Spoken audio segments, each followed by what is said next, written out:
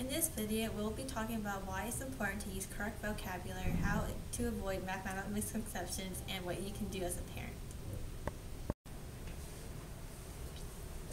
Here we have 3 tens rods and 2 ones. And here we have 2 tens rods and 12 ones. We know that both of these represent 32. We know that the numbers are equal because they are both 32 and have the same value. But we also know that they're not the same because they're in different forms. And this 32 isn't the same as this 32. This is important to realize because when we decompose a 10 into 10 ones in a subtraction problem, students need to realize that the value doesn't change just when the form does. In a typical subtraction problem such as 32 minus 18, most of us were told that we don't have enough ones to solve this problem, or we can't subtract a larger number of units from a smaller one, so we had to borrow from the tens place. However, these statements aren't true and they can cause future misconceptions. We actually do have enough ones to solve this problem. Some of the ones we need are just composed into a higher unit. Even though there are only 2 ones in the ones place in 32, we have 32 ones altogether. We just have to find a way to access the ones we need. It is also incorrect to say we can't subtract a larger number of units from a smaller one, because we can, we just get a negative number. It is more accurate to tell students that we can subtract 8 from 2, we would just get a negative number, and we are looking for a way to solve this problem using only positive numbers at this time.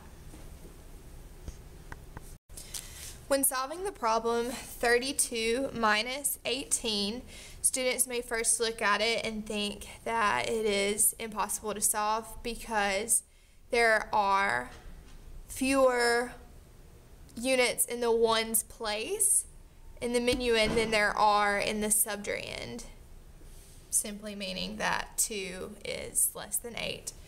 But that's when we tell students that we can decompose this tens unit for 10 individual ones, which is the same value. It's not the same as, but it is equal to and the same value. So we need access to those ones to be able to subtract. So we decompose this 10 for 10 individual units. And now we have 2 tens and 12 units, 12 ones units. And so now we can easily see how to subtract 18 from this, taking away 1 10 and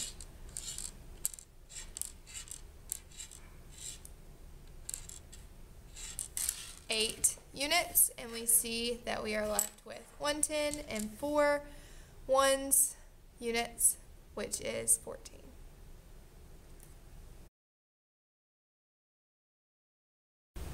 In summary, as parents, it's important to use correct language to avoid misconceptions, such as avoid saying borrowing and same as. Replace those phrases with decomposing to have access to ones and equal to, or same value as.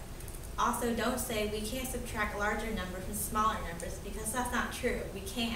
You can explain to students that they will learn how to do exciting things like that in older grades. As parents, you can help eliminate misconceptions and untrue statements by being cautious and careful of our language when speaking about subtraction.